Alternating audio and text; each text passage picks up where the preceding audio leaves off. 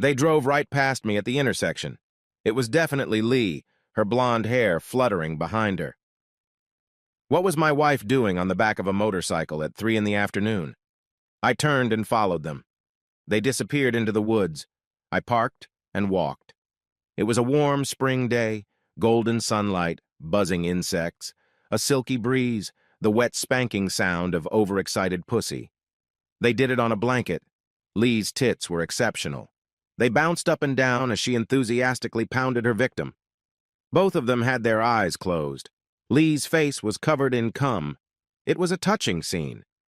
So I stopped to take some artistic shots. I thought the setting framed the two adulterers beautifully. He was grunting like a hippo during the rut. Lee was approaching a massive orgasm, just screaming, "Yes, yes, yes, fuck me," I said casually. "Hi, Lee, who's your new friend?" They didn't hear me. I repeated after the ominous sounds of camming subsided. A light storm followed. He jumped up to confront me. I recognized him. It was Bill Avery, another teacher. He was a few years younger than my wife. They must have gone out, so to speak, to blow off steam after a hard day in the classroom. I know all of Lee's coworkers. You can't be married to someone for almost a year and a half and not hear stories about coworkers. This guy had a couple kids. Stupid. I showed my phone. FYI, your wife gets this as soon as I get back to the car. He started protesting. You committed a felony, asshole. Then I turned to Lee. She was staring at me stunned. I growled, "You're smart. You know what this means." I turned around and walked away.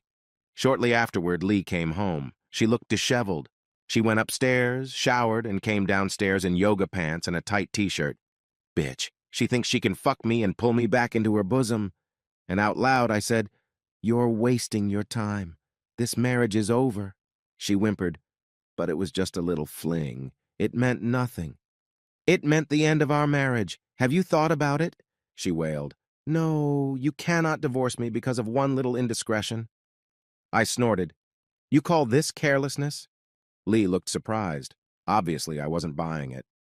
She said carelessly, "There was nothing special about him. I put him out of my mind. I'm all yours now." I laughed. "I've seen and heard, Lee. You loved every second of it, and you'll be back as soon as the fever breaks." She looked scared. Maybe I wasn't as much of a loser as she thought. She put on her most seductive look and said, "Come upstairs, baby, and I'll show you how much you mean to me." Really? She thought I was that stupid? I tried to keep the anger out of my voice. "I'm leaving. I'm not coming back." She went the other way. Her face turned red. "You're making a big deal out of this, Todd. I never cheated on you. You've been out of town for 2 weeks every month since we've been married. I've had a lot of offers.